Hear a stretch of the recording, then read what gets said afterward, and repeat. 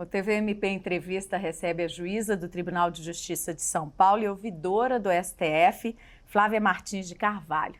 Ela participa da Semana do Ministério Público de Minas Gerais no painel com o tema Constituição Federal, até onde a nossa imaginação pode alcançar. Muito obrigada por nos conceder essa entrevista, muito bem-vinda. Obrigada, uma honra estar aqui. Queria começar perguntando qual que é o papel do Supremo Tribunal Federal na interpretação da Constituição e como é que você avalia que a Corte Suprema tem feito isso? Bom, o Supremo ele tem por dever constitucional ser o guardião da Constituição. Isso está previsto no próprio texto constitucional. Mas interpretar a Constituição, dar sentidos à Constituição não é um papel apenas do Supremo Tribunal Federal. A sociedade como um todo contribui para a atribuição de novos sentidos ao texto constitucional. E o Supremo, em alguma medida, vem cada vez mais incorporando esse diálogo com a sociedade na interpretação constitucional. Esse trabalho que tem sido feito, na sua avaliação, tem sido bem feito? Tem acompanhado a mudança dos tempos, né? Já que a nossa Constituição está caminhando aí para os 40 anos? Pois é, uma jovem senhora. Sim, eu entendo que o Supremo vem atuando de maneira diligente para garantir o texto constitucional, para dar concretude àquilo que está estabelecido na Constituição.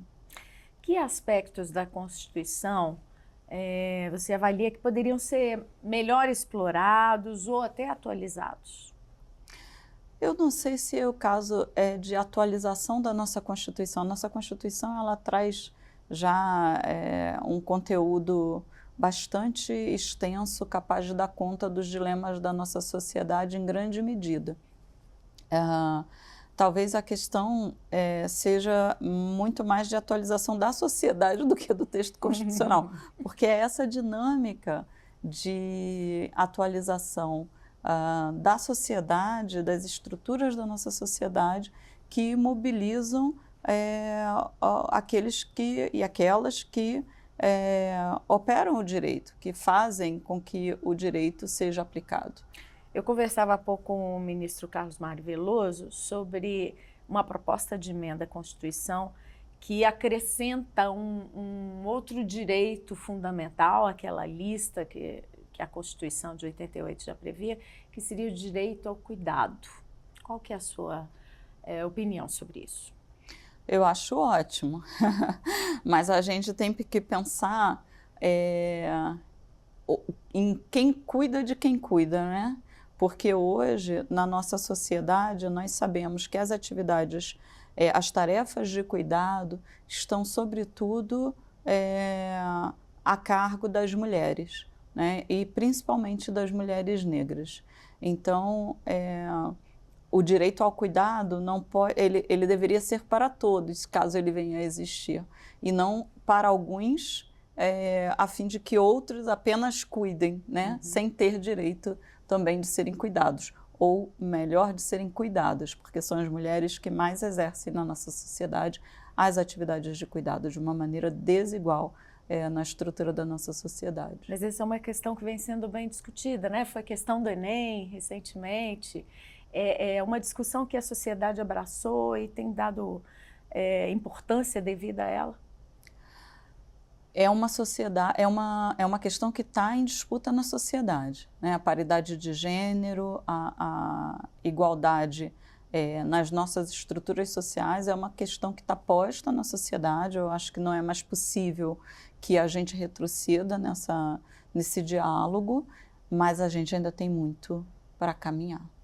Falando de uma outra questão, os avanços tecnológicos, né, que trouxeram tantos desafios novos para a nossa sociedade, de que forma a Constituição e as leis em geral, né, vêm se adequando a essas demandas de direitos e deveres digitais?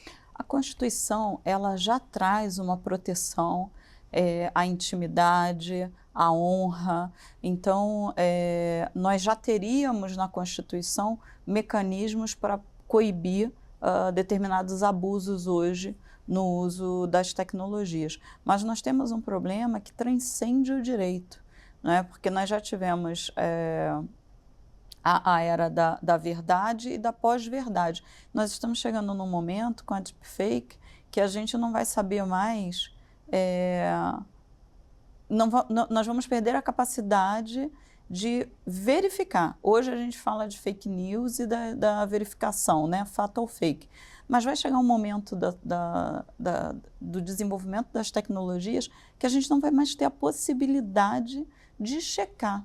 E quando chegar nesse momento? Já chegamos com a inteligência artificial, já temos muita coisa muitos difícil desafios, de se verificar. sim. Como é que você vê essa questão? Muitos desafios. Eu entendo que é algo que nós ainda estamos construindo soluções. Nós ainda não temos soluções, ainda é um desafio que nós estamos tentando encontrar respostas. E não é uma resposta simples, porque se fosse uma resposta simples, ela já estaria posta.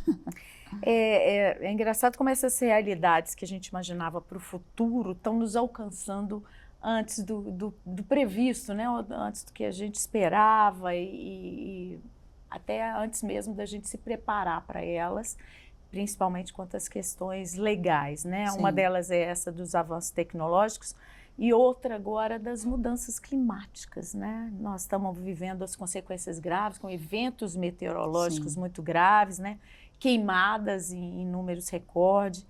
Em relação a essas questões ambientais, que a atual Constituição prevê e que a gente precisa resgatar, né? Precisa ser revisto ou precisa ser adequado na legislação para a gente combater, né?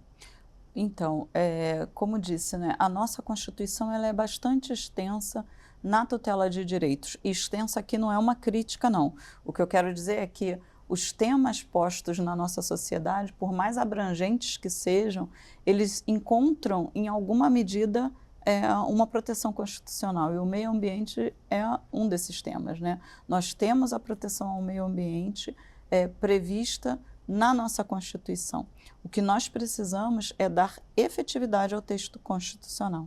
Então, hoje, a questão climática, ela igualmente transcende o direito, porque a Constituição fala do direito à vida e fala da proteção ao meio ambiente. A destruição do meio ambiente vai inviabilizar a vida na Terra. E não percebe que está para além de um texto posto. É uma questão fática. Uhum. O que nós vamos fazer? Nós vamos continuar discutindo sentidos e leis, ou nós vamos dar concretude ao que nós já temos em termos constitucionais e legislativos? Porque nós temos legislação, a legislação ambiental brasileira é uma das mais avançadas do mundo. E essa concretude viria de políticas públicas, de legislação, de que forma? Viria de uma vontade, tem um livro do Conrad Hess, A Força Normativa da Constituição, né? É um livro antigo, mas ele fala da vontade de Constituição. É a vontade de querer fazer aquilo se tornar algo real. E isso passa por muitas camadas, porque hoje nós temos pesquisas que apontam, por exemplo, que as questões climáticas, os desafios do meio ambiente afetam de maneira desigual determinados grupos sociais. Então, por exemplo, a gente tem um termo hoje em disputa, mas que eu vou utilizar aqui, nós temos o racismo ambiental. Então, quando nós temos as enchentes, quem são as populações mais afetadas? As enchentes não afetam da mesma maneira todas as pessoas. Mas a questão do ar, nesse momento é diferente, porque o ar poluído, o ar como nós estamos enfrentando aqui em Minas Gerais, eu moro em Brasília, lá em Brasília também, no Rio, em São Paulo, ninguém vai respirar.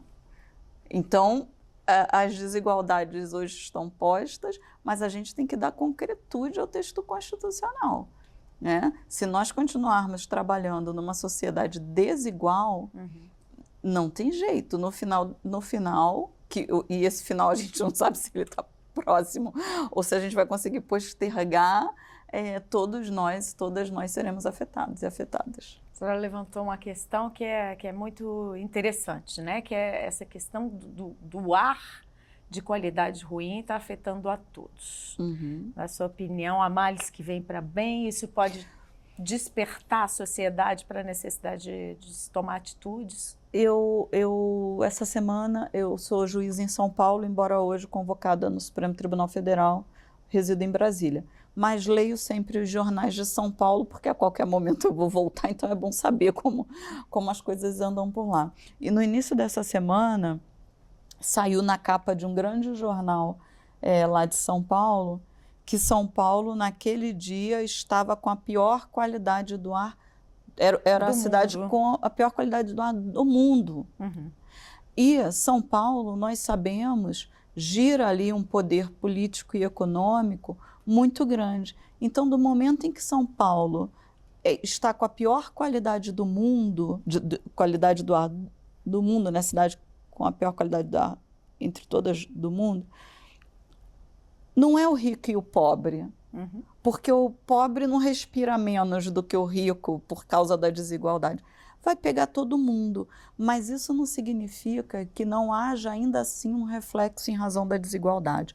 Por quê? Porque os problemas de saúde causados pela poluição do ar vão afetar ricos e pobres, pretos e brancos. Mas quem é que vai ter acesso a um tratamento de saúde? Quem é que vai ter acesso a uma rede boa, aos melhores médicos, aos melhores hospitais? Mas ainda assim eu acho que essa questão climática ela toca todo mundo. E tocando todo mundo, ainda que afete de maneira desigual, eu acho que sim, começa a chamar atenção para uma parcela da sociedade que ainda não tinha se preocupado suficientemente com isso, porque efetivamente ainda não tinha sido tocado por esses problemas. A gente espera que não seja, que a alternativa escolhida por essa parcela da sociedade não seja buscar alternativas de fugir para Marte, né? Seja corrigir os problemas pois que temos aqui. Eu também ouvi um podcast essa semana que falava da viagem, né, para extraplanetária, porque nós temos, né, o empresário aí, um dos mais ricos do mundo, que constrói lá as naves espaciais, e inclusive ouvia nesse podcast justamente, né, as duas empresas lá que a NASA contratou para fazer as experiências com ônibus espaciais, e uma das empresas, o ônibus, deu defeito, e a outra empresa que vai resgatar. E por isso falava. E é uma viagem aí já possível, mas para quem? Só para quem tem muito dinheiro. Então, não dê ideias. Porque não dê ideias. Longe de mim, porque eu vou ficar aqui. Eu vou ficar aqui também. Nós vamos ficar aqui porque eu não tenho condições de comprar uma passagem para o ônibus espacial, e acho que vai ser muito ruim mesmo, porque no final das contas a gente vai estar longe de uma vida. Por aí, né? O caminho não é esse. Os problemas não podem ser fugir de casa. Mas haverá quem pense nisso como solução, eu não tenho dúvidas. Bom, mudando para outro tema, a senhora tem trabalhado as questões raciais no âmbito do judiciário, né? Atuante no combate ao racismo, todas as formas de discriminação, além do empoderamento feminino. De que forma a Constituição precisa ser utilizada para abordar de forma mais eficaz a inclusão social? Então, esse é um tema tão complexo, mas eu vou tentar dizer de uma maneira simples, não curta e grossa, mas de uma maneira simples, para caber no espaço do programa.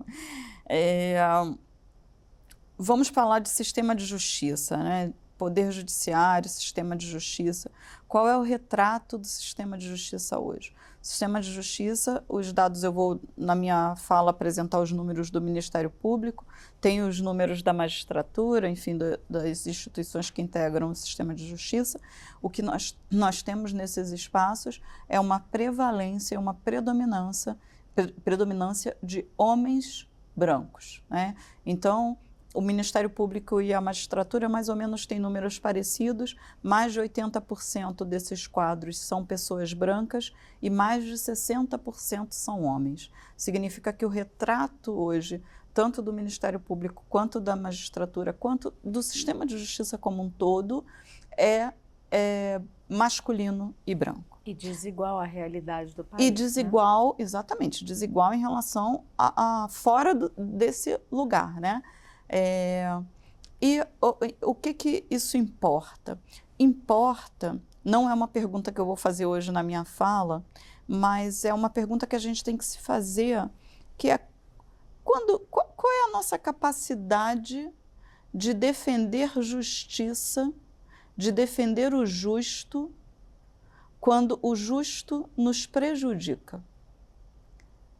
Quando foi a última vez que nós defendemos o justo que importa em perda para nós? Porque essa é uma pergunta que o sistema de justiça tem que se fazer. Porque se é um sistema de justiça predominantemente masculino e branco, significa que para chegar à paridade, para chegar a uma equidade de gênero e raça, eu tenho que ter outra conjuntura, outra organização de poder, outra organização de forças. Então alguém vai ter que ceder espaço. Quem vai ter que ceder? Quem está no espaço. E quem está no espaço, majoritariamente, são homens brancos. Esses homens brancos estão dispostos a defender o justo que os prejudica? Essa não é uma resposta que eu sou capaz cega, né? Essa não é uma resposta que eu tenha que dar, porque eu sou uma mulher preta. Mas essa é uma pergunta que eles têm que se fazer. Eu estou disposto a defender o justo que vai me prejudicar? Porque se não for capaz, o sistema de justiça não vai ser capaz de dar respostas adequadas para uma sociedade mais justa e igualitária. Uma comparação aqui que me veio à cabeça é a formação de um júri, né, num tribunal. Ele tem que buscar a igualdade, a sociedade, a representação da sociedade, né, para que ele seja, porque ele tenha a capacidade de julgar justamente. Para que ele consiga contemplar várias perspectivas da sociedade, né? E pluralidade é um valor da nossa Constituição. Pluralismo de ideias é um valor da nossa Constituição. Estamos buscando isso de forma eficaz? Nós estamos buscando e já melhoramos muito. As próprias instituições que a gente estava citando aqui, tribunais, Ministério Público? Sim. Já há um esforço, nós caminhamos significativamente, porque quando eu ingressei na magistratura, isso não tem tanto tempo assim, eu tenho 6 anos de magistratura, quando eu ingressei na magistratura, o sistema de justiça e o poder judiciário ainda estavam num estágio de negação, que é um estágio de nós não somos racistas. O racismo não existe no nosso espaço institucional. Hoje, essas mesmas instituições, 6 anos depois, eu consigo olhar e ver que as instituições já se reconhecem como instituições que reproduzem o racismo e já estabeleceram políticas públicas, políticas judiciárias, políticas para combate às desigualdades dentro das próprias instituições. Então, nós caminhamos. Uhum. Nós ainda não alcançamos a plenitude daquilo que precisa ser realizado. Não sei se a senhora já teve a oportunidade de conhecer o programa do Ministério Público de Minas, que é o Sobretons, exatamente para combater o racismo internamente. Eu não conheço, eu já vi que existe uma coordenadoria de combate ao racismo, que atua, que inclusive fez um censo, e esses números que eu estou comentando aqui me foram passados justamente a partir desse levantamento de dados, que é super importante, né? Porque sem saber o tamanho, a dimensão do problema, como é que se pode combater o problema? Então, são importantes atitudes como essa, né? Outra coisa que eu queria perguntar é sobre a ampliação dos direitos à educação e à saúde, com foco em qualidade, acessibilidade. né? O acesso à informação mesmo, né? O que é preciso ser feito? Como é que a Constituição pode nos ajudar e nos guiar nesse caminho? São igualmente direitos previstos na nossa Constituição. A amplitude do texto constitucional coloca desafios para o Estado brasileiro que eu não vou deixar de mencionar, né? Nós sabemos que o orçamento público tem limites, né? Não é um saco sem fundo, existe um limite orçamentário para a realização dos direitos previstos constitucionais e parece haver, em muitos momentos, um descompasso entre a capacidade orçamentária do Estado e aquilo que está posto no texto constitucional como direito de todos. Mas esse é o desafio, tentar buscar um equilíbrio. E esses são direitos previstos na Constituição que devem ser priorizados, né? Porque senão não há como se fazer um país suficientemente desenvolvido sem que se dê condições mínimas à população desse país. A judicialização tem sido uma resposta, né, a muitas vezes, a desrespeito a esse direito essencial, a educação e a saúde. Sim. Como é que você vê esse problema? Sim, nós temos uma busca ao judiciário como última porta em que as pessoas podem bater para garantir condições mínimas, muitas vezes de existência, de sobrevivência. E o judiciário, como última porta, não pode se furtar de garantir esses direitos. É claro que, como disse, as questões são muito mais complexas do que eu conseguiria traduzir aqui nessa rápida entrevista.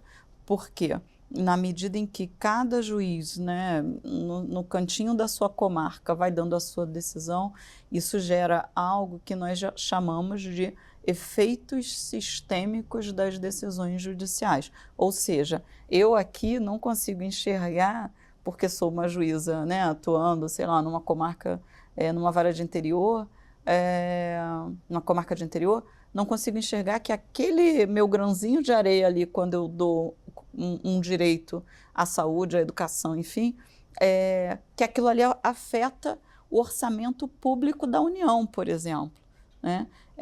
Mas alguém tem que ter esse olhar do todo e conseguir compreender esses efeitos sistêmicos para quê? Para gerar políticas públicas capazes de mitigar a judicialização. Mas há um ponto a respeito da judicialização que é importante da gente pensar, é que decisões judiciais, embora os tribunais não sejam, por natureza, uma instância política, decisões judiciais geram descontentamento político ou podem gerar descontentamento político, desagradam uma parcela da população, qualquer que seja a decisão, ela é capaz de desagradar uma parcela da população.